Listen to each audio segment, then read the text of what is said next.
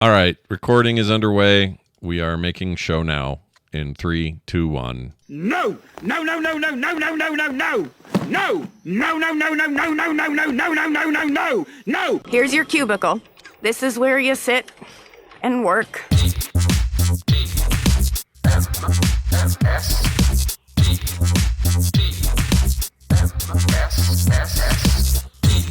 Do the bees know they make honey for you? This is the morning stream.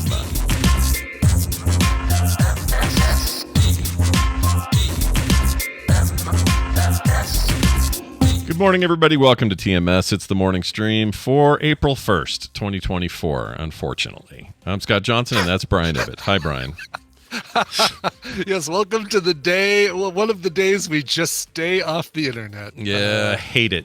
But the main reason I hate it is it's kind of pointless now. Every day is April Fool's Day on the social internet. So what's today even do? It's just like makes it just slightly worse. But it does. Every day is full of lies and AI images and bullshit. I guess today people smirk about it a little bit more. But I guess so. They do it willingly and knowingly. Yeah. Well, actually, by the way, yeah, maybe it keeps. Hey, Alkabob, if you're still listening, it keeps bumping both players now out of half-asses. Yeah, I keep getting kicked out. It's weird. I don't know why. If I refresh that link, it just goes, "Hey, you're not allowed in here." Oh, now let me back in, but yeah, it's strange. I don't know why it's kicking me. We've had some technical issues this morning. It's a real April Fool's kind of morning. It really is. But you know, I really miss Think Geek. Think Geek used to be one of those, and Blizzard. Those used to be the two sites that I used to really like going to on April Fool's Day because they got it. They knew how to make things that were obviously jokes, and they kept it to that, and that was it. Yep. You know? Yeah, I like that too. And also it was a good contrast because the rest of the internet wasn't so freaking weird. Mm-hmm. And so they could do it and they would stand out and you would want to see them. Now, for all I know, Blizzard still does it, but I just avoid it all. I just don't even, I can't do it. I know. I can't even look at it. So there you have it. Coffee, sent me the email.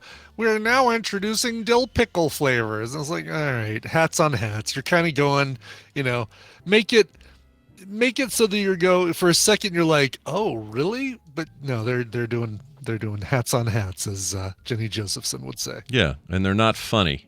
They're just annoying. It's not funny. I mean, there are two things on April Fool's Day that are annoying: April Fool's Day jokes, and then people like us complaining about it, which I do. I'll do it all day. I'll do it all day. I'm here all day. So curmudgeonly effers like you and me. Yeah, we've been burned, man. We've been doing this a long time. We've seen everything. Yeah. It's time for us to enter a new phase and never have this stupid holiday. It's not even a holiday. It's just stupid. It's just dumb. It's stupid. You know what is a fun holiday, or can be anyway? Easter. Yeah. I recommend having little kids around because then you do the eggs and all that. Yeah. So we did that. So we hid eggs everywhere. Little kids. What if you don't? If you don't have them, is there a place you can buy them? No, unfortunately, no. Pick them up out in front of the Home Depot or the Kinder Care or something like that. Unfortunately, all those methods are a little bit frowned on, so they don't like that. Involves a little bit of clandestine work. But if you've got some within your purview, bring them in. Have them do the egg hunt, little chocolate business. They're great. And then food's good. Kim made ham. She made these. Hey, what do you call? The hot pot when you get the slabs of very thinly sliced meat. Oh yeah. What's that called? It's like Baku or shabu shabu. Shabu shabu. That's it. Shabu shabu. Yeah. So she did like a hot pot where people were cooking their own little deal. No. So she bought a bunch of the shabu shabu meat. Oh, gotcha. Okay. But then cooked it all up like regular, and then made this it was great. She had this big, huge, crazy layered salad and all this other stuff. So everybody came over. We all hung out. It was great. We had a very fine time. But it was mostly because there's a 5-year-old running around going, "I found another egg." Nice. That's good. Yeah, and that's what that holiday's for. We just had Tina's mom and my mom over, and then Tristan's girlfriend Kay and their other two roommates. Tristan had to work, had to be at the Meow Wolf yesterday for Easter, helping people who had friends and family in town for the holiday have one thing to occupy and fill their time. So unfortunately, Sure. Tristan, we had the rest of the family. None of them young enough that they'd appreciate a good Easter egg hunt. No. But, yeah, you grow out of it, and then what do? You just eat the chocolate, and you forget about Exactly. the eggs. Yeah, it's fine. But we had the similar thing: ham, deviled eggs, the scalloped potatoes. My mom made some mixed the sausage in with the biscuits, made these little sausagey biscuit rounds, and then some zucchini bread to go with them. It was really, really good. Did you remember to leave Fig Newtons out for Jesus to come in the morning? Is that the deal? Is Yeah. that you leave a glass of Manischewitz and some Fig Newtons? I don't know how any of that stuff works. Like, what do you leave out? What are you supposed to leave out? I don't know. I don't know Under if it'd the Easter tree? Yeah. be like a little bit of wine, a little bit of bread. Yeah. Then he walks in, makes 5,000. No, you leave a little fish, and then Yeah. he'll feed 5,000 fish with the one fish. Oh, yeah. Or you leave some water out and he'll turn it into wine for you. Yeah. So you do. Oh, that's right. Water to wine, not the other way around. That's right. That's right. For my next trick. Yeah. You want to impress me? Take a little wine and make a ton of water out of it. That's what I want to see happen. That's I do that every time I open a bottle. Hey-o! Yeah. Of course says that's not how the fish thing works. No, you're right. It's not. We're not biblically accurate here, but there you have You it. mentioned the shabu shabu hot pot stuff. We went to Mrs. Crazy Neighbor's currently out of town, so we took Mr. Crazy Neighbor to Daiji, which is I think a chain of Korean barbecue places where you've got the grill right in the middle of the table, and you cook your own stuff. Sure. And it was an all-you-can-eat, and boy, we basically got the first full plate of meat and sides and vegetables, and Tina are like, oh my god, all right, we're getting full. And then Crazy Neighbor says, can we get another plate? And the lady says, yeah, I charge you if there's stuff left over. He's like, that won't be a problem. If I've ever heard in my head Dave say a thing out loud after you said it, it was then. I can absolutely hear him saying that. Yes, and we're pounding down we each got a bottle of soju. Well, Tina didn't, but Dave and I each got a bottle of soju, and we're each enjoying that. Oh my gosh. Is soju it's alcoholic, it is obviously. Korean alcohol. It is a 13% by volume alcohol. But it's a bottle about yay big. About the size of a Mexican Coke. And you get your own. You get your own 24 You get your ounce. own. You can. Yeah. You're supposed to drink it like sake out of a little tiny glass. Yeah. Well, those Koreans, man, they like to get sauced. Yeah, they do. Sussed. Everybody. I think Alcobub is restarting the server, so Travis and Scott, you'll need to. Travis, Scott, you guys will need to reload here in a second. I'll definitely have to get in again because it says I'm out. It bumped you out again. Let's see. I'm going to go ahead and hit play. All right, I'm in. Hopefully it works. In. All right. Keeping an eye on this, everybody. It's like we're doing a regular newscast, but we have to keep our eye on this story, which is will Alcobob fix the thing before we play? Alcobob restarted the server, so I think let's hope that works. We'll see if now it's saying attempting to reconnect to the server, so I think Alcobob is currently resetting. All right, well let's talk about the next thing and we'll come back to this. Yeah, let's do this. Let's talk about Diddy Diddler Dollar Tree. Now you might say to yourself, what is that, Scott? Well, let me tell you. On Twitter, I noticed one day, a couple days ago, there was a trending, there's trending topics on Twitter. Yeah. Yeah. And every once in a while I'll glance over there. I don't like to go there, but I like the order. I like to see if there's like a pattern. Yeah. And everyone's there's this whole thing with Diddy, Sean Combs and his whole thing and whatever. Don't want to get into that. Yeah. But they had 3 in a row trending topics. Diddy, Diddler, which is what they're calling him now. Oh, really? Yeah. I didn't know what that. Okay. That's actually hilarious. Yeah. P. Diddler. Yeah, P. Diddler. So you got Diddy, you got Diddler, and then Dollar Tree. All 3 of these D words right in a row, and I just thought it was fun to say. So I posted something like, this is actually really fun to say, and I posted a screenshot of it. Diddy, Diddler, Dollar Tree, posted it, walked away, never thought about it again. Yeah. Then Lucario the Rogue, one of our listeners sent me a message and said, hey, I couldn't help it. I made a song about your thing. And I thought, oh, he made a song, and turns out there's a website called Sono or something that is AI music generation thing.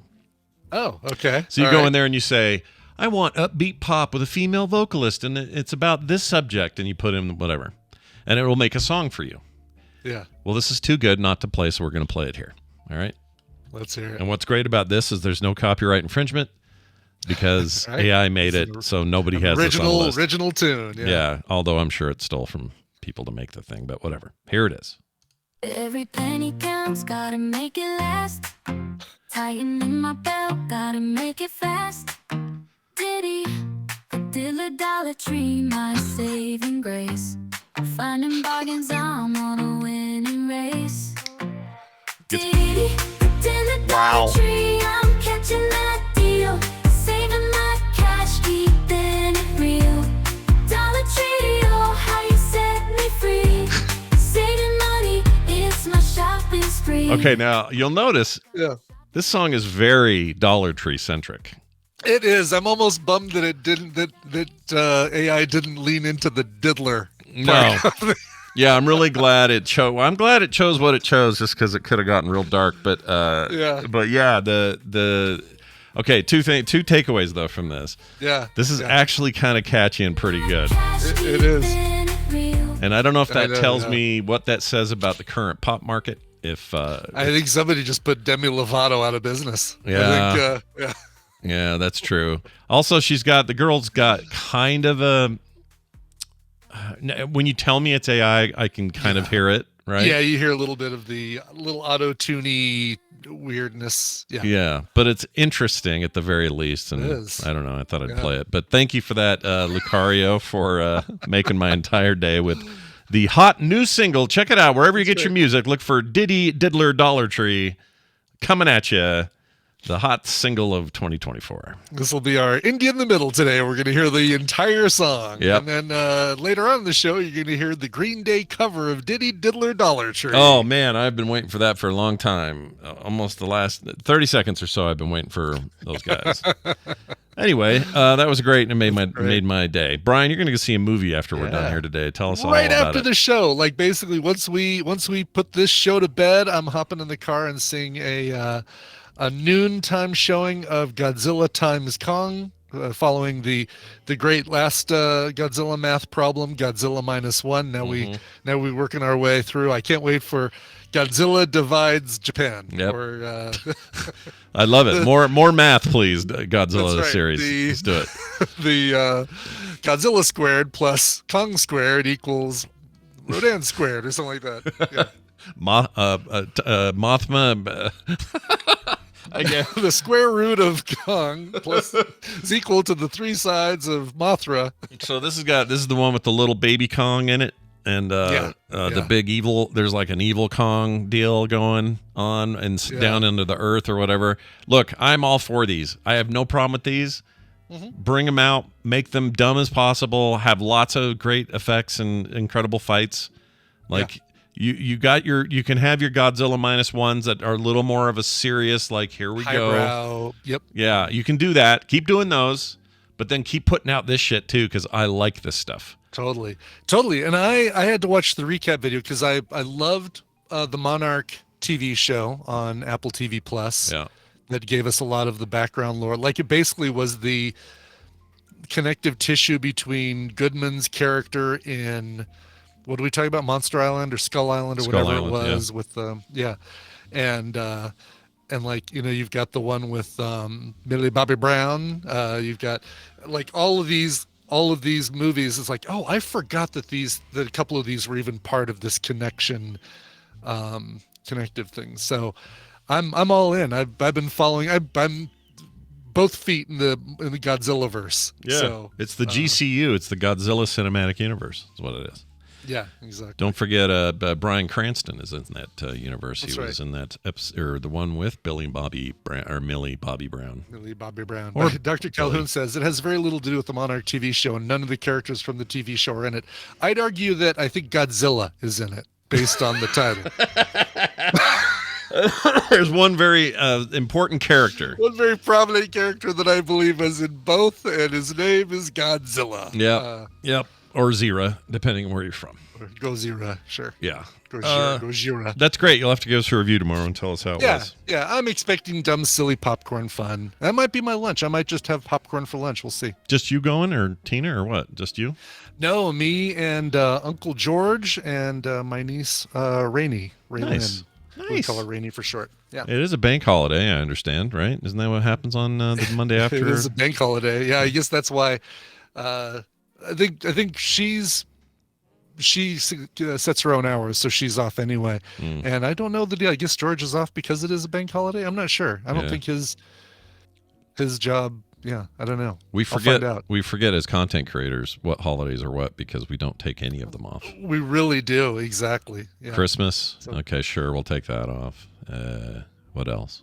We'll take Thanksgiving off. We'll take it, exactly. Just don't tell any of my freelance clients that I'm going and seeing a movie in the middle of the day. Don't tell them. No, I'm glad. Well, the good news is this isn't public at all. This isn't out on the internet or anything, so they'll never know. Exactly. Yeah, it should be fun. Everything will be great. Well, that's great. We look forward to your review tomorrow. In the meantime, Brian Dunaway, speaking of bank holidays, is off today and off doing some fun stuff with the family. He will not be here. So instead, we're going to play Half-Asses with a familiar voice. TV's Travis will be joining us shortly. Yay! See if I can add him to the call. Looks like everything's worked out on the play thing. It is, yeah. The thanks, Alcobob, reset everything, so we are good to go. Good news. Let's play some Half-Asses, give away some prizes, and welcome our good friend TV's Travis to the program. Hi, Travis Crawford. How are you? Hello, how are you? I'm fine. Hi, TVs. How are you? Hi, TVs. Your first name is TVs, is my understanding. Yes. TVs, they're crazy. It's good to have you, man. Thanks for stepping in. How was your holiday, your little Easter business? Oh, it was fine.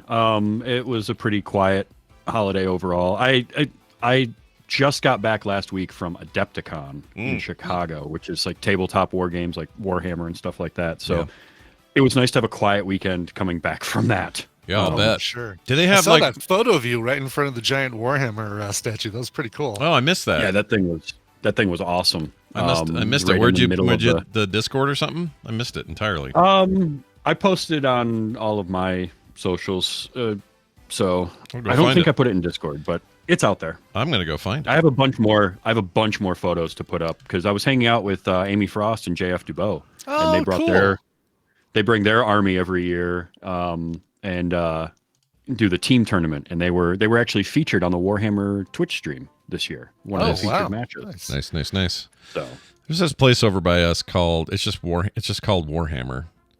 I don't think it's affiliated though with Games Workshop. Maybe it is, but it's a store where, like you would think, you go in there and you can, paint your minis and they have regular tournaments and all that kind of stuff. It's just like this nerdy little, tabletop place, but it's focused mostly on Warhammer 40K and Warhammer Fantasy. And the place opened right before the pandemic, and I went, oh man, that's not good. They're not going to last. Mm-hmm. And what's crazy is they are still kicking ass. Oh, good. Didn't go anywhere. And there are 2 or 3 stores around them that have all come and gone like twice that do different, other things. They've all just come, shut down, opened up somebody new, and yet they're still there doing their Warhammer. I think that's great. So congratulations, nerds. We did it. Kept it open.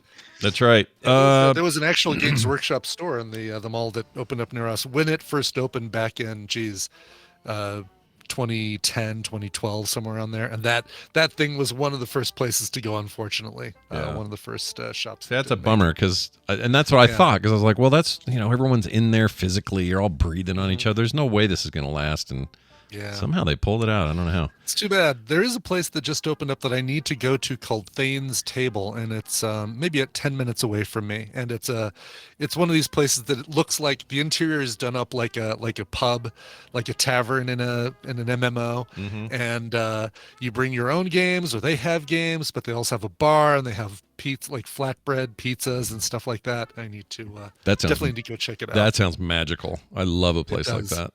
Yeah. If you do, you'll report back here on TMS. Pictures all over the place, and maybe we'll make it a Denver Tadpole meetup.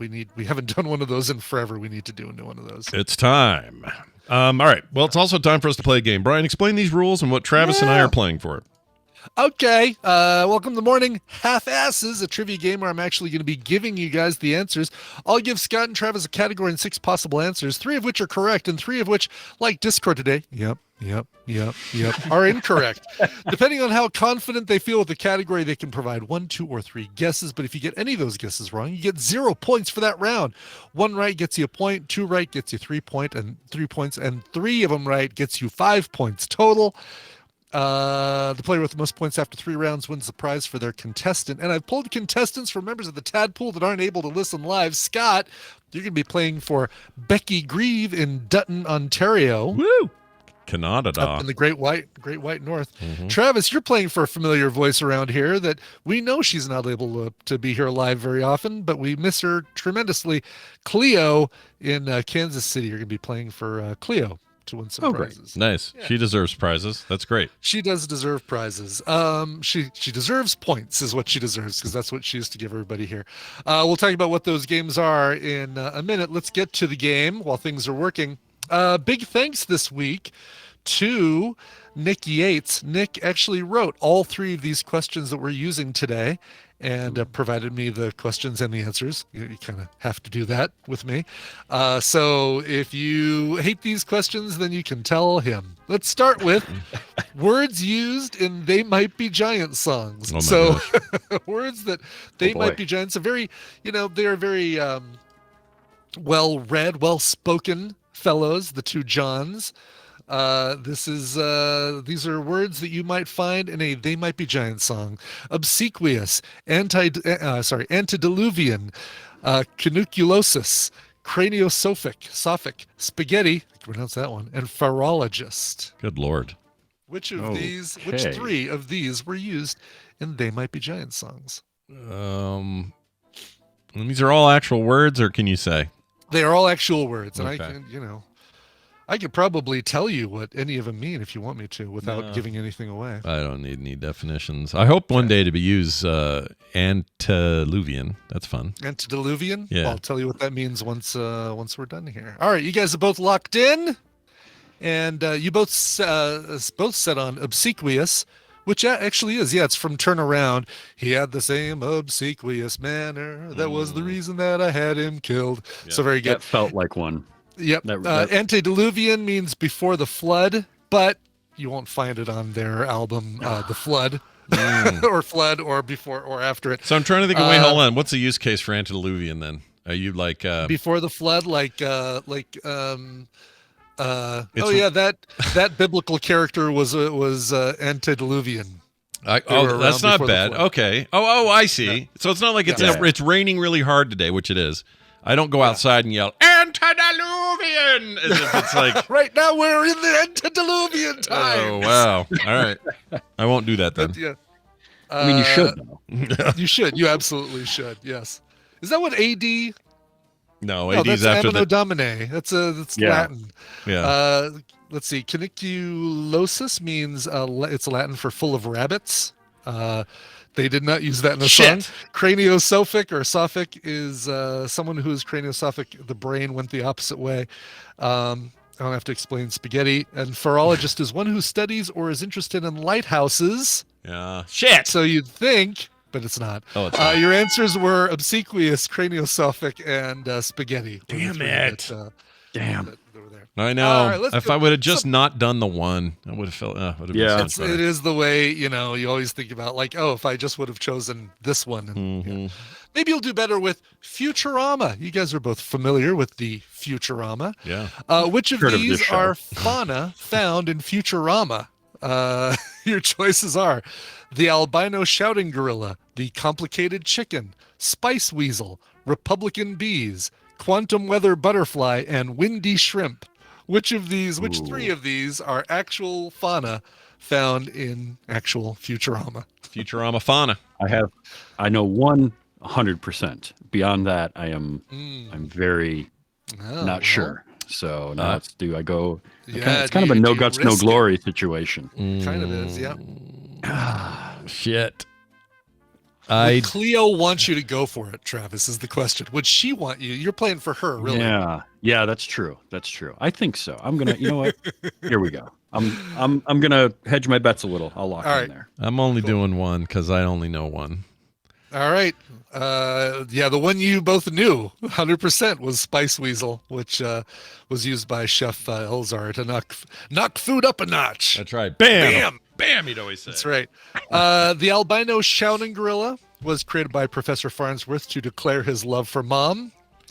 And the windy shrimp was a tiny animal with a powerful breath, saved from extinction until Nibbler ate it. Those three are your real answers. So Scott does get a point for Spice Weasel. The other three, by the way, are all found in Discworld. So Red Fraggle out there shouting, those other three were from Discworld. But Republican bees are in. That's an amazing one, Republican bees, yeah. Well, now I need to stop putting off reading that series. Good Lord, that's great. Does explain why they all sounded so familiar, too. Oh, you've read them? Have you read those books, too? I've read some Discworld, yeah. Yeah. Okay. I love those books. I need to get in. I need to do it. I know I need to. Still got 2 books I've started trying to finish. Let's get to question number 3, and maybe toys are going to be more up your alley. According to the Strong National Museum of Play, which has been around since 1998, which of these are inductees in the National Toy Hall of Fame? Lawn sprinkler, cardboard box, rock, blanket, couch, and stick. Oh boy. 3 of these have been inducted into the National Toy Hall of Fame. I think I mean, literally have used all of these as a kid as a toy. As a toy, for sure. Yeah, absolutely. So that's kind of great. Some in combination. Blanket, cardboard box, couch to create a fort. Yeah. Right? Yep. Yeah. Yep. We make fort. All right. I did 2. All right. Oh my gosh. You got to go for it, man. You got to go at least 2, right? Or no. All right. I got it. Here we go. Locked in 3. All right. Okay. Stick. You guys both got stick. Stick is correct. It was inducted into the Toy Hall of Fame in 2008. Cardboard box in 2005 was inducted into the Toy Hall of Fame. That took a while. And then I watched as TV's Travis added lawn sprinkler, which is not in the Toy Hall of Fame. I saw, it's like, oh man, if he just sticks with those 2, he's got this. But that's all right. The other one is a blanket. Not just Michael Jackson's child, but also inducted into the Toy Hall of Fame in 2011. 2011.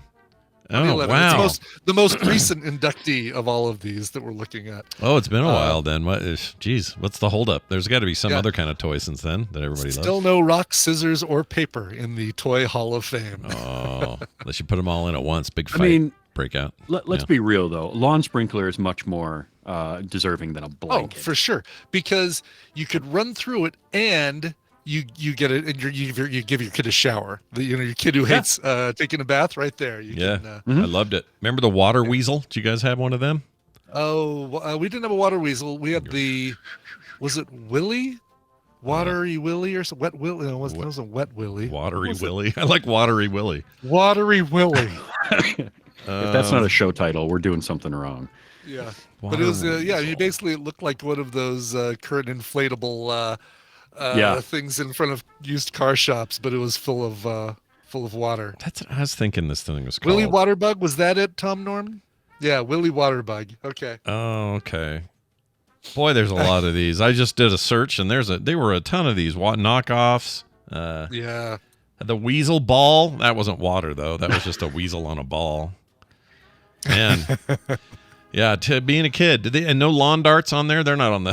They're not on. No, that's what I was just about to ask about jarts and lawn darts. Yeah, as far as I know, no jarts or lawn darts on the list. I had lawn darts before they banned them, and I should have kept them. That would be a cool thing to have today. Do you think eBay? And I'm going to go see if eBay has lawn darts. See if eBay has jarts. I'm sure they're there. And I had a fairly good sized backyard in my house, so those got a lot of use. Nice. Thankfully, never put them into the house. Yeah, got close a couple times, but they redid them with a Nerf at one point. The jarts. Oh, really? Yeah, the I was wondering if vintage they ever did 90s. like a Velcro target with like a Velcro on the bottom. Or That's something, basically it. They redid the whole thing, but now they're just Okay. Velcro stuck or whatever. Or they have the ones that have the Oh, spread out okay. base, so it's not pokey. Yeah. But the originals aren't even that expensive. You can buy these for like $10 or whatever. Oh, it's not bad at all. Yeah, I OSHA thought. compliant lawn Wipe the darts. blood off, and they're totally reusable. Yeah, Yeah. Just don't impale your best friend with those things. Anyway, well, that's That's right. fantastic. Well, that means people won prizes today. That's right. Becky Grieve, congratulations. You've got a copy of Citizen Sleeper and Black Skylands that are going to be coming to you. But Cleo, you're also getting something yourself. You're not going away empty-handed. You're getting a copy of Saints Row, which of the 3 games, that's the only one I've actually heard of. So the fact that one's a solo prize might make it the best game. I don't know. Actually, of all these, Citizen Sleeper is probably your killer app. That one's an awesome. Really? Yeah, Okay. very, very good game. Nice. It's weird But and none of these are story. you shake a stick at. They're all shake a non-Toy Hall of Fame stick at. Yeah, they're all No, good. that one is in the Toy Hall of Fame. But anyway, That's right. I just bought yeah. Black Skylands on sale for like $8. Very good game, also. Oh, so, cool. Yeah. Very cool. You'll be happy no matter where you end up today in our prizes. But also a huge thanks to TV's Travis for hanging with us, man. Yeah, thanks for having me. Probably see you in let's see, when do we have you next? Couple weeks, right? Pretty soon. Soonish. Oh, next not tomorrow, but the following Tuesday we'll have Travis on for his segment. So watch for that, everybody. Cool. Yeah. Travis, have a good one. We'll talk to you soon. Bye now. Hey, Travis. All right, that went well. Congratulations to Good, our very winners. good. And thank you, Alkabob, for your quick tech support on the server there. It's gonna be hard for me to picture. I don't know why. I just can't picture Cleo playing the Saints Row. the original Saints Row. Is this the new Saints Row? Do we know, or the old original? Maybe Steve will play it. I don't know.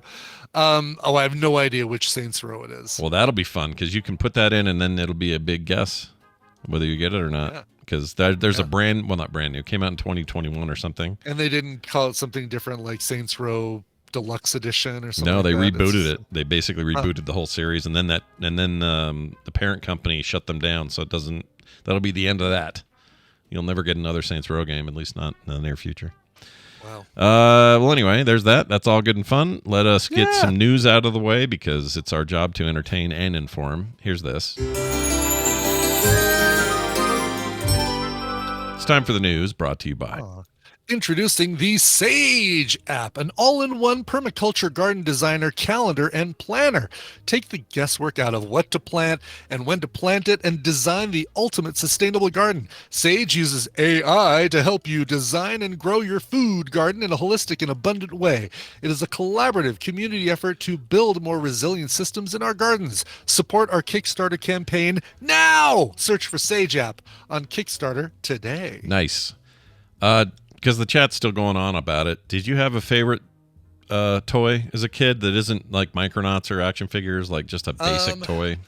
Yeah, I mean, I was big into Legos as a kid because I could build just about everything, that I needed for, like, if my Star Wars figures needed to have a battle with the Micronauts, somehow they crossed the multiverses to battle each other, then Legos were a great way to build bunkers and ways to things for them to fight on or over or under.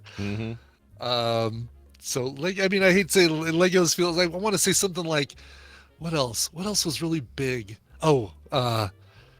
Wildfire, that little portable pinball game that just had about 14 places for the little LED ball light to show up. Oh, and the yeah. flippers had two animated locations. It's like the Coleco football thing. It was all just a little LED that would pop. And Little LEDs, but Yeah. man, I love that little thing. And Merlin I loved. Yeah, Merlin was and cool. Wildfire. I liked Merlin. What was the...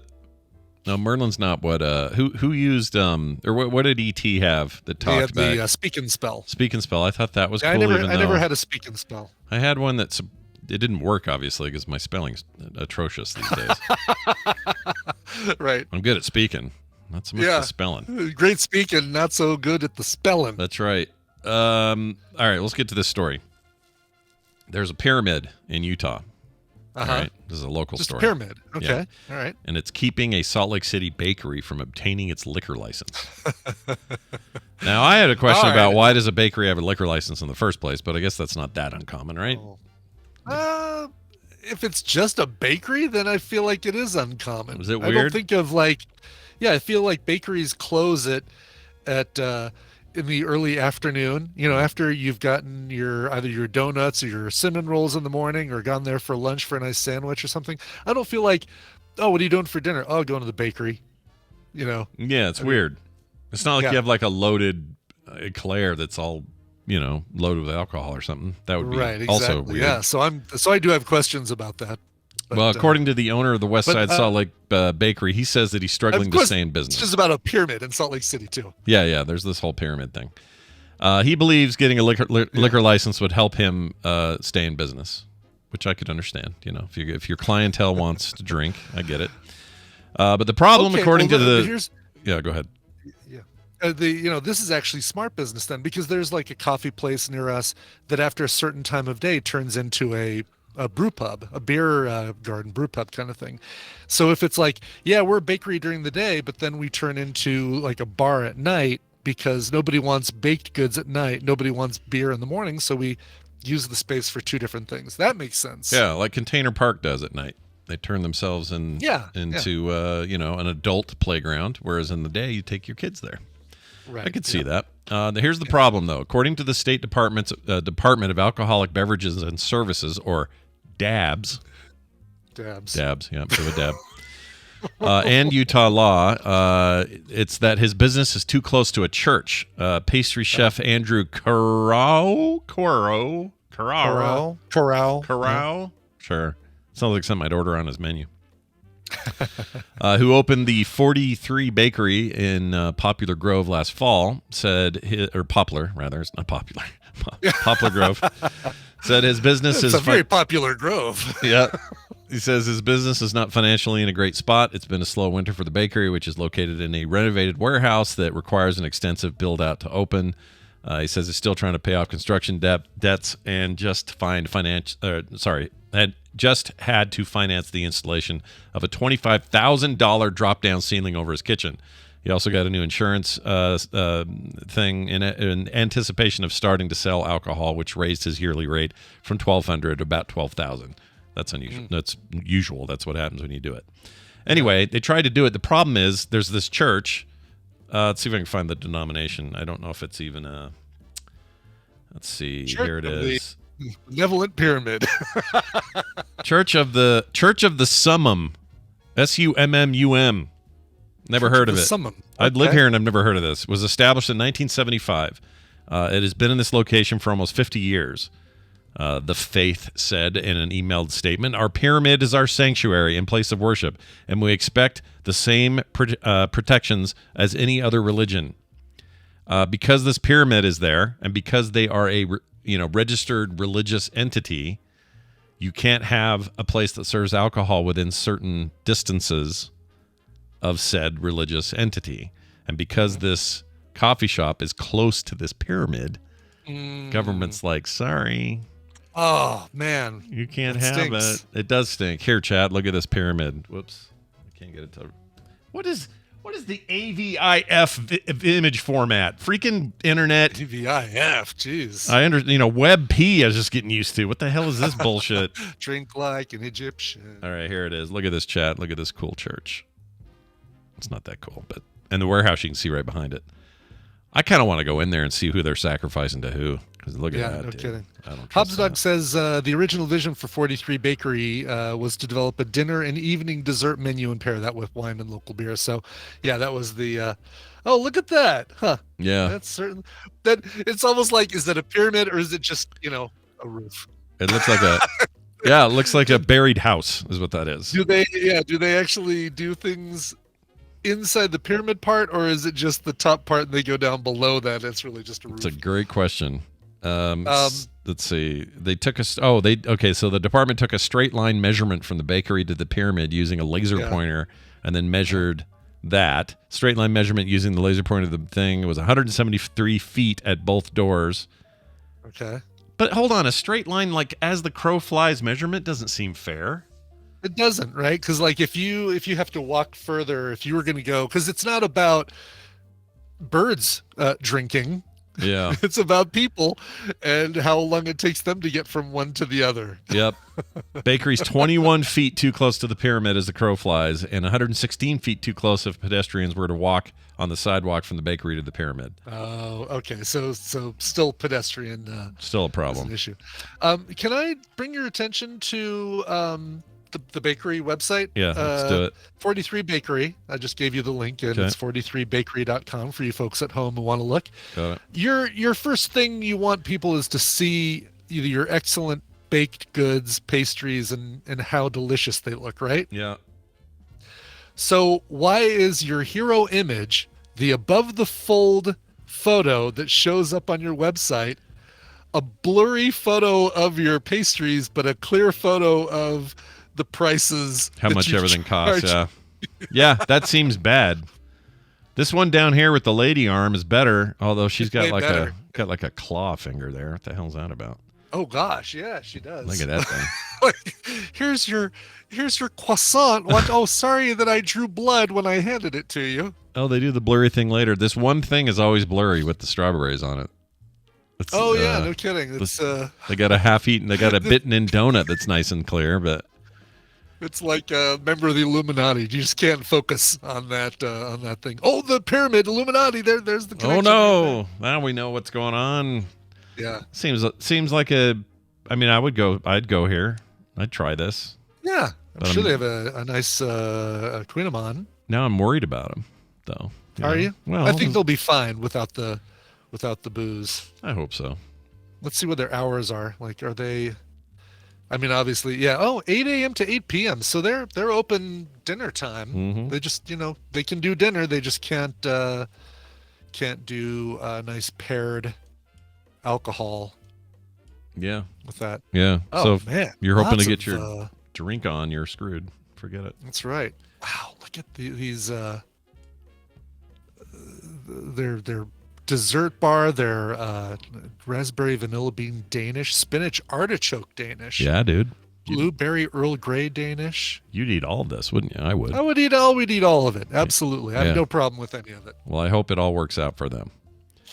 May they never close due to beer problems. It's a bummer that they can't serve the beer. Can't serve the wine, can't serve the beer. Our next story is about a kid who basically lived not a dream I had, but like a thing I really wanted to do when I was a kid, and that was to He hide. lived a John Hughes movie, although the dream I had would be that I would be stuck in there with Jennifer Connelly, but I digress. Yeah, I wouldn't mind that either. However, even today, she's still just She's beautiful. Yeah. She was at uh, least on Snowpiercer, which got canceled years ago. But did it? Has it been years already? I need to I finish mean, I that. think it's been a couple of years. Yeah, I That's think a we bummer. watched the most recent season of that during pandemic. Maybe not. Maybe. I liked what I saw. I saw the first season. I liked it.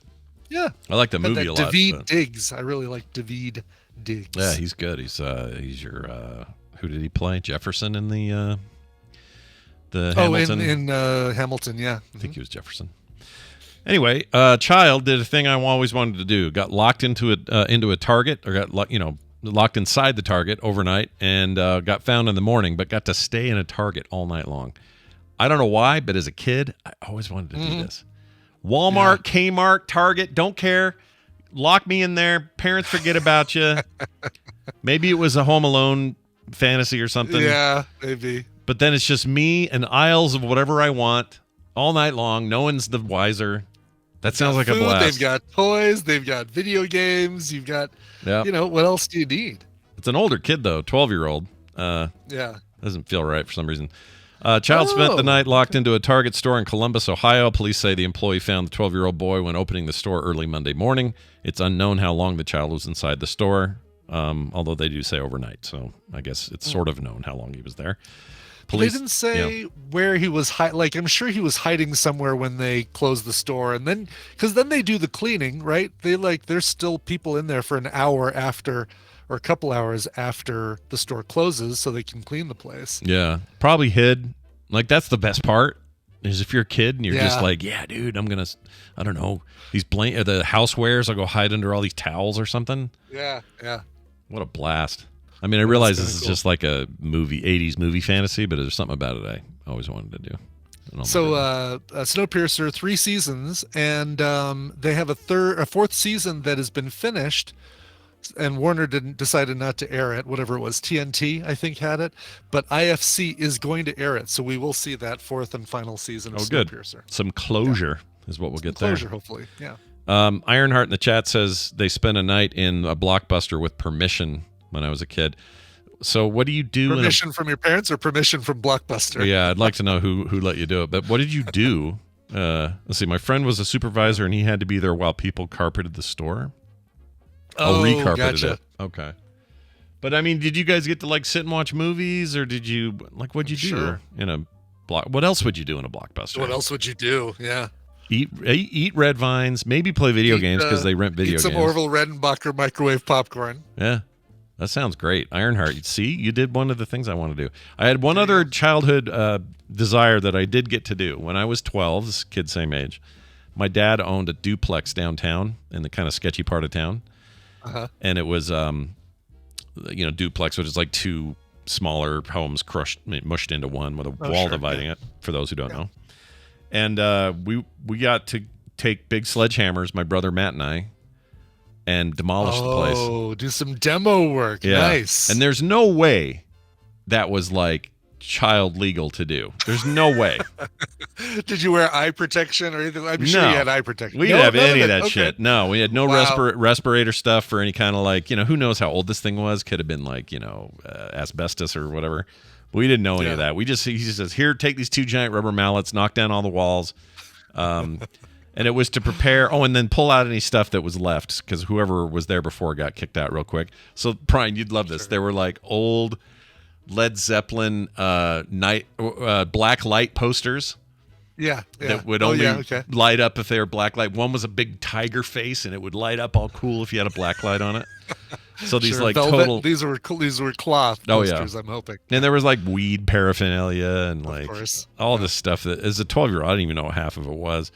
But I pocketed a couple of little trinkety things, like somebody left a ring that I thought was cool. This cool metal pipe I took, and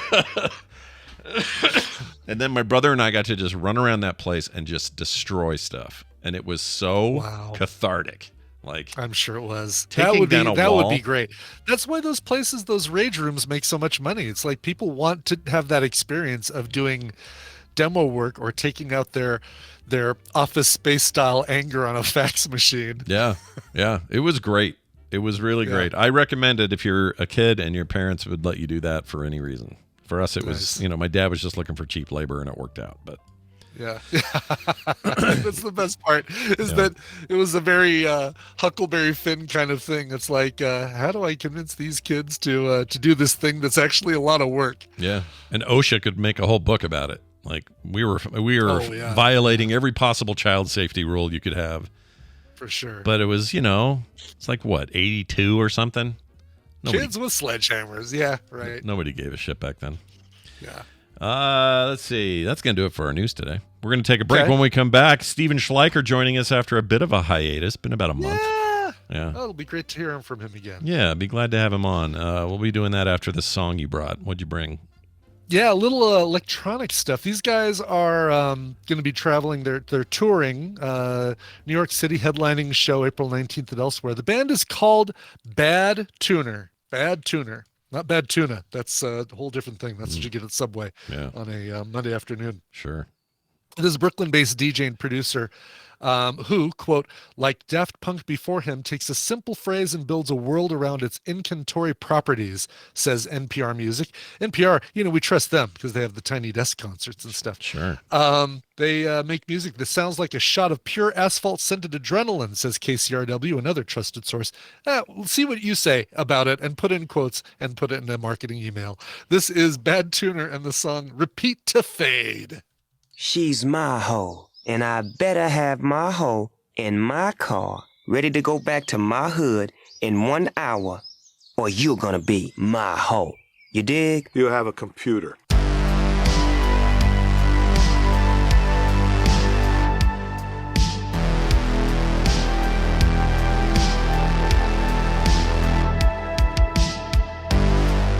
back. Who was that again?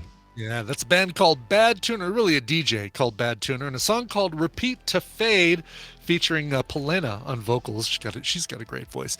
This is from their brand new EP, Look at Me, But Through Me. Wow. Yeah, don't look at me. Look through me. Look at me, but through me. Yeah. Yeah. I don't know very many translucent people, but I'll take your advice. You know, as long as you know one, you're able to do that. So that's right. Good. Yeah. I wish. Yeah. I don't know many, but the few I do know. The few you do, perfect. Yes. They're all from. Helsinki. All right.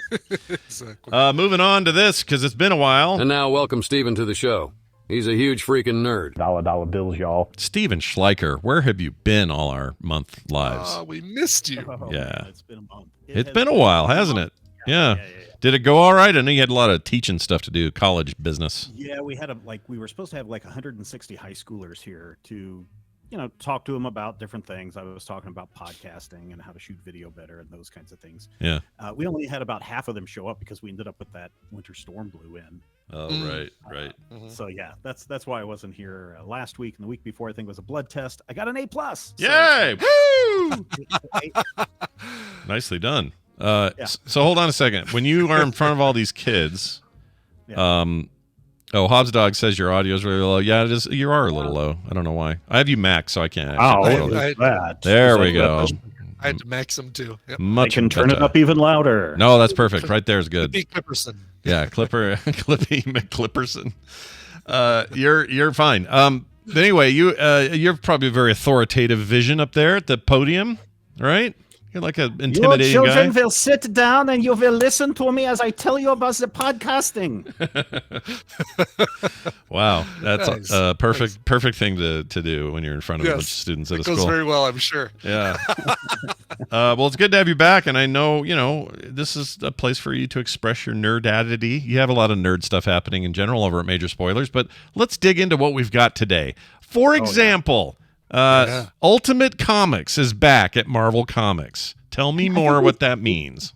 I think we've talked about this before, but back in the late or early 2000s, Marvel decided, hey, let's retell all of our old stories, but tell it on a different universe with younger characters and tell it in a way that's allows new readers to jump on board. And that was super popular until they destroyed the universe. At the end of 2023, they kicked off this thing called Ultimate Invasion, where a different Ultimate Universe, but kind of the same Ultimate Universe, was rediscovered. And in this universe, through time travel shenanigans, they prevented all of the superheroes from being created. And so now that we are into our main stories, we've got Ultimate Spider-Man, Ultimate Black Panther. The Ultimates is coming in May, I want to say. And they're just telling these stories of how are we getting these characters back together. The Ultimate Spider-Man is ready for issue 3 this week, I believe. And it is super popular. It's gone through multiple reprintings as people are discovering here's Peter Parker happily married to Mary Jane, 2 kids. And then somebody is coming up to him and saying, hey, you were supposed to be a superhero. You want to get bit by this spider and become the superhero? And so it's an adult Peter Parker going through things of, I had a happy life and what's going to happen now. And people are really digging it. So if you were into the Ultimate Universe and you want to experience it again differently for the first time, then you might want to check out the new Ultimate Universe that Marvel's doing. So that was really cool. Popular, right? Ultimate Spider-Man was a big whoop back. Yeah, it is super popular. That's what introduced Miles Morales. Wasn't it? Yeah.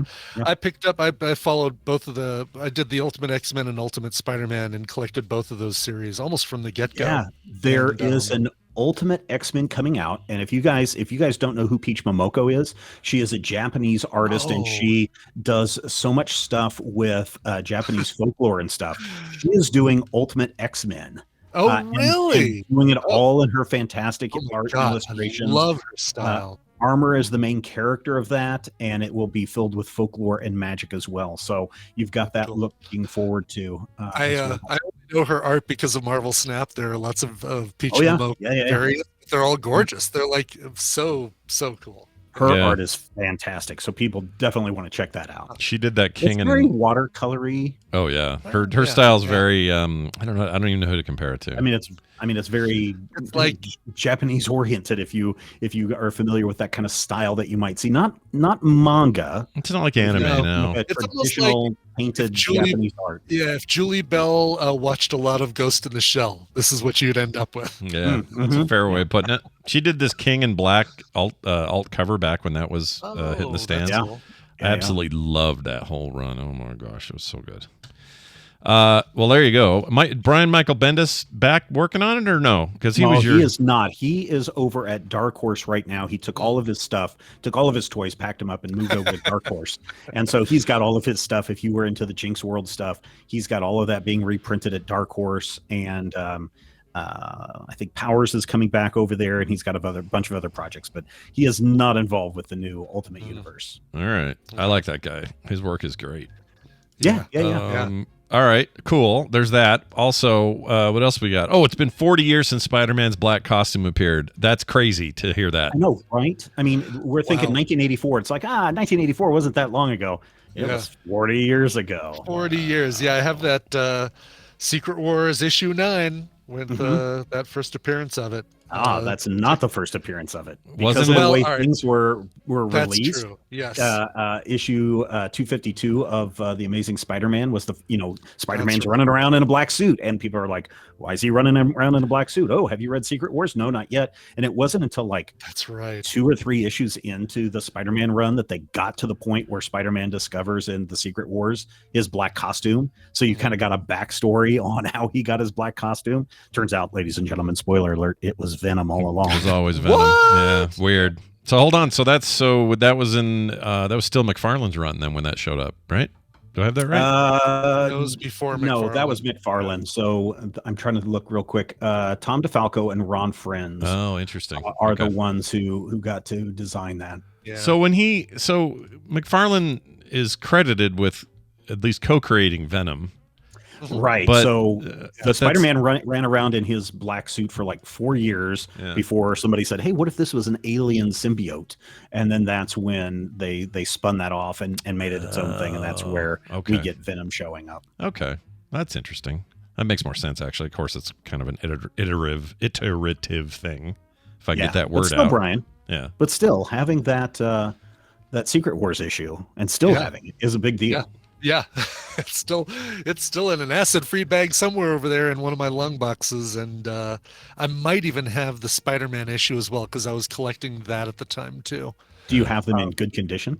Oh yeah, mint for sure. Oh, you should go get those graded. Send them to the CGC and get them slabbed, and then that way nothing. I mean, even if you have a basement leak, then you wouldn't have to worry about comics getting ruined that way. Oh, no kidding. That scares the crap out of me. Yeah, because I've got, the Wolverine limited series signed by Chris Claremont. That's the thing. This was before you got the certificate of authentication. Yeah. So they should be able to certify that it really is Chris Claremont's signature. It might be, depending on where you do it. But I think CGC is kind of the comic grading company. They're kind of the de facto ones. They do next time the Denver Comic Con comes to Denver, they usually have somebody there that will register your comics, and I don't think they slab them at the show, but that's where you can drop them off, and that'll save you all the shipping. Yeah, save me a ton on shipping and insurance and that sort of thing. Yeah, I'm totally going to do that this time around. Nice. Sure. Very cool. Secret War still. I was talking to Metzen about this. Still, it's his favorite comic series of all time. That thing's still influential, man. That thing hits all the. They wanted it to be a toy line. They saw what DC Superpowers did, and they wanted it. And they've done Secret Wars 2, and I want to say 3. They did another Secret Wars recently. Yeah. And of course, we had the not related to anything going on in the comic book Secret Wars. We had the television show on Disney. Yeah, and 2 was garbage, right? If I remember right. 2 was garbage because the Beyonder all of a sudden was in a white disco suit with a Jerry curl perm haircut. Yeah. And so don't read Secret Wars 2, but Secret War, which is the newer one, which is the whole battle world thing, was really good. Was it good? Yeah. Yeah. And that was like last couple of years or something. Huge crossover. Yeah, but it was really well. The ones I read maybe 3 different series, and then the Battle World or the Secret War series itself was all really good. Sure. Hey, speaking of which, sorry, this is not exactly connected, but a little tangent. They're working on a Marvel Zombies, its own animated series, not part of the multiverse what if stuff, but really? On its own. Do you know anything about it, Steven? I don't know anything about that. I know that people are still really hot on Marvel Zombies. There is if anybody loves to play the board game Zombicide, there is a Marvel Zombies themed version of it where you are the zombies and you are trying to take down the humans and the shield agents and everything. So there is that. Here it is. Marvel Zombies upcoming American animated television series created by Zeb Wells for the streaming service Disney Plus. Yeah, nice. Zeb Wells is a good writer. I don't think we have Oh, okay. So they mentioned the what if thing in 2021, but that this was its own thing. It'll be in a similar style though. Let's see. Do not expect it to debut until at least 2023 was the last word we heard. Then it's on the shelf for a while. Sounds like maybe one of those things that's getting especially with what's going on at Disney right now. Yeah. That there may be a lot of things that are announced, and then next week there may be a lot of things canceled. That's right. Yeah. I'm okay. You know what? I initially I was like, oh my god, that means there's going to be such a drought of new Marvel stuff. But after seeing the quality of X-Men 97, I'm kind of okay for Disney Plus to like ease up on the Marvel stuff or pare it down. So the biggest problem, and this is me being editorializing, and so this is my personal views, and you guys can feel however you want. Sure.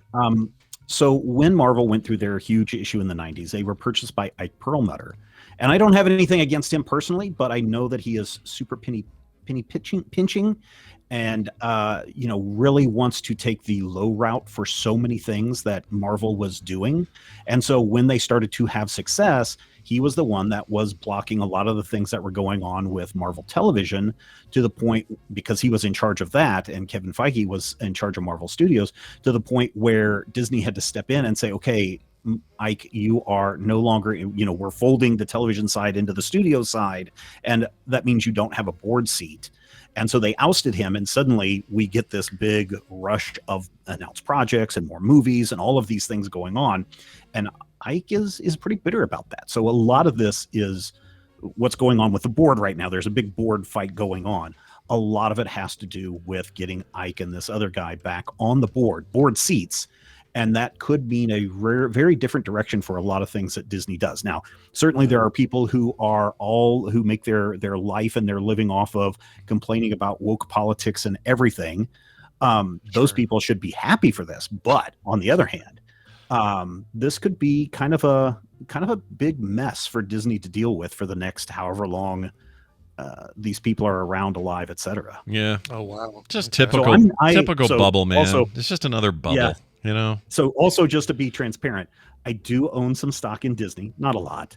And so I do get to vote, and I did not vote for Ike and this other guy to be put back on the board. You like the lady in the Futurama episode that says, I own one Kerjigger of Planet Express. Are you like that person where you just got a little bit? I am that person. I have like 1 or 2 shares of Disney stock, and they're like, well, you own shares, so you get a vote. And I'm like, okay. Yeah, I get a vote. I love that episode.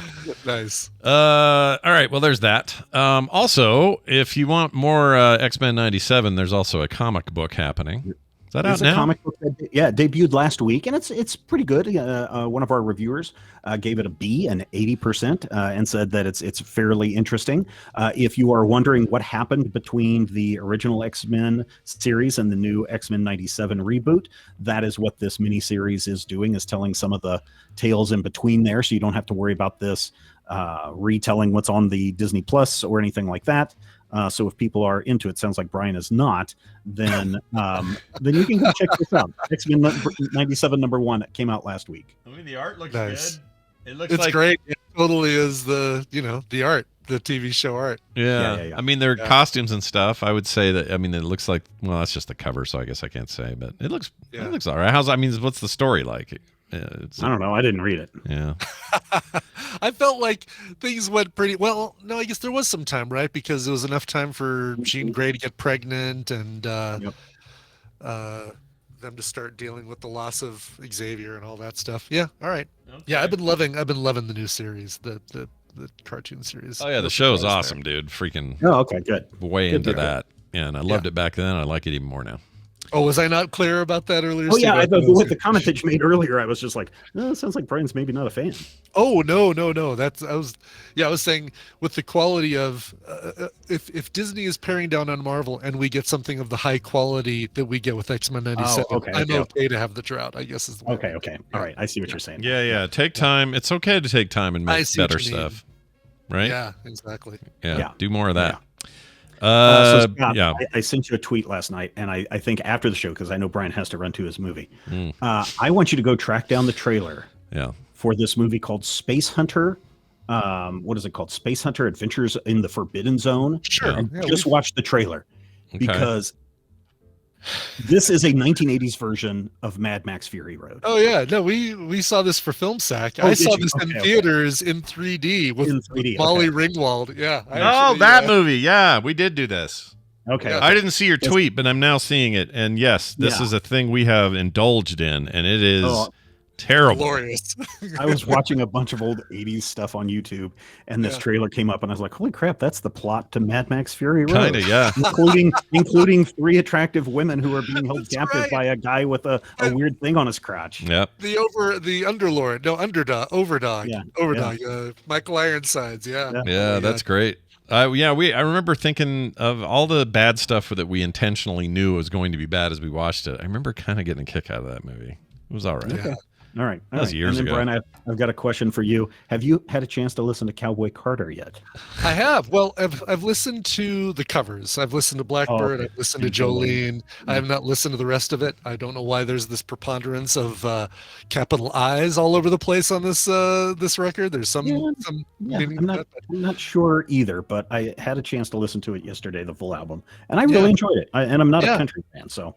No, me neither. And I'm typically, I like Beyonce just fine, but I don't rush out and listen to Beyonce albums. And this, so far, what I've heard, that Blackbird cover is beautiful. Yeah, the Blackbird is really good, and Dolly Parton pops in a couple of times in the piece. Willie Nelson pops in on the album a couple of times. Talking about Blackbird, written by not the Beatles, but by Beatles. McCartney. Yeah. I mean, written by McCartney, but performed by the Beatles. Oh, I thought it was after Beatles. I guess not. No, it was a Beatles song. So why is that considered country on this, or is it just a country rendition of it? So it's really interesting because there are some songs that are clearly country, and then there are some stuff that dives into R&B and some Zydeco music and some other stuff, which is really interesting too. But a majority of it, I would say, is country. Right. Yeah, and I'd say, and Blackbird falls more into it's just a harmony ballad more than a country song or even an R&B song. Yeah. I like that song. I wonder how many lyrics. There are some horny lyrics in this album too. So people are listening with young kids. There's one lyrics. Yes, there's one. It's called "Honey Something Something."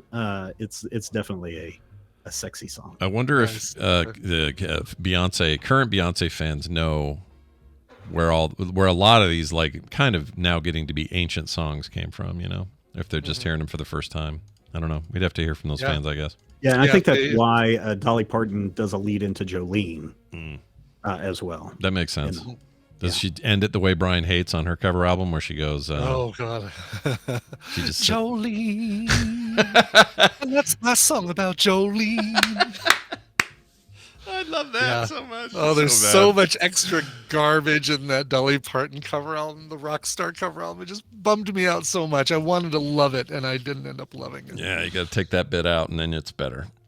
All right. Well, Stephen, as always, hanging with you is a treat, and people should know where your stuff is. So please tell them more about Majorspoilers.com. Yeah, it's all over at Majorspoilers.com, where we know that you love comics, and we do too, and that's why we talk about comics, and we do podcasts about comics and other things as well. Last week on Top 5, we did a series on our top 5 favorite movies from the 1950s. So if people are trying to figure out, what movies came out in the 1950s, we got a lot of them. There's also a lot of them we missed. And I was looking at that decade, and I was wondering if that may be one of the bigger decades for like epic movies that was in the 1950s. So we did that last week, and people can go find that over at Majorspoilers.com. Starting to warm up, starting to get a little bit more active. People are going to be more active outside. The sun's coming out. And so I also want to remind people to stay hydrated. I'm going to work on that. I've got a little bottle of water right here. I'm going to drink out of it. Good. Yeah. Good. Nice. Do that. See you later. Excellent news. Quick call before we leave today. We got this one about talking animals and stuff. Hello, calling for TMS. Scott and Brian. Was just in the car listening to TMS Lumber, I don't know what number. Anyway, you were discussing talking animals, and it brought to mind, someone mentioned talking dolphins, which brought to mind a weird pseudo sci-fi movie I remember from the 70s with George C. Scott and talking dolphins. Check it out. I think it's called Day of the Dolphin. That is all. Love the show, though. Bye. Day of the Dolphin. Let's take a look. Never heard of it, but I'm in. I'm totally in. It sounds ridiculous. Here it is, 73. Let's see. Marine biologist teaches his dolphins to communicate in English, but shady characters plan to kidnap the trained mammals for a more sinister purpose. It's got a 6 out of 10. That's not bad. That's actually not bad. That puts it into solid film sack territory. Paul Sorvino in this as well. Yeah. Elizabeth Wilson. Don't know who that is. Edward Herman's in it. That's cool. Edward Herman. Calling Edward Herman. Oh, yeah, I know that guy. Yeah, you've seen him. He was in, Gilmore Girls, what my wife would know him from, but yeah, he was a vampire in, I'm thinking of, do I have the right guy? Isn't he? Yeah, I was going to say, isn't he the guy that is the king of the vampires in Lost Boys? That's right. Lost Boys vampire. That is correct. Is that him, though? Maybe that's not him. I think that's him. Yeah, I'm looking it up. There it is, Lost Boys. Okay. Played Max. All right, good. Yeah, for sure. And then he died. All right, that is it for that. Hey, quick note, tonight the Monday show will be on. Carter will be here. We have a bunch to talk about. Please check that out. We'll be here live, 6 p.m. Mountain Time. Bring yourselves and your phones because we take live texts on the show, and would be happy to do that tonight. That, again, is at 6 p.m. If you want the podcast, it's over at frogpants.com/Monday. And, of course, this show you can find at frogpants.com/TMS. All the links are there. I noticed a few more Vegas tickets went away this weekend. A bunch of people bought them. So We're getting down to the dregs of that particular teacup. Yay. If you want to get in, you got to get in now because they're running out. And I think today most of what goes inside your bags and boxes are going to arrive, which means my wife might get her kitchen back. So we'll see what happens. That is it for now. Brian, do you have a song or something you'd like to play on the way out? I have a song. Patrick wrote in, Opus 1 in Facebook group and in the Tadpool. Dear Saltburn and Bathwater. Oh, God. Wow. I wasn't sure I wanted to put in a request. March 12th, yes, I'm catching up with last month, folks. March 12th is my 56th birthday, and up until last week, things were going great until I was let go from my job. But now I have more time to devote to TMS. Well, the silver lining. Sure. I'm a longtime listener. I found ELR by accident and liked what I heard. A week later, Scott announced the end of ELR, but I didn't fret. I followed the instance, TMS, and Film Sack, and I'm always yelling out names and titles of movies when you guys are trying to remember. One suggestion, if I may, you need to sack Saturn III, a 1980 space movie with Kirk Douglas, Harvey Keitel, and Farrah Fawcett. And her boobs, he says. Classic Film Sack material. I'm all in favor of Saturn III. Would love to see that for Film Sack. Sure. Anyway, since you were talking about the Steve Miller Band, how about playing The Joker by Puddle of Mud? Keep us all yelling out at you guys, and don't forget to test the ship's phasers. Signed, Patrick. Oh, well, I should probably play that for him just so he has it. Just so he has it. Phasers. Here we go. Let's test the ship's phasers. Yeah. Classic. Always a favorite. All right. Yes, The Joker, performed by Puddle of Mud. This comes from a cover album that they put out in 2011 called Rediscovered, which was actually really good. I liked it. I liked a lot of it, including this cover. Here's The Joker by Puddle of Mud. Get more at frogpants.com. Came to apologize and make out with tongues. Gross. Gross.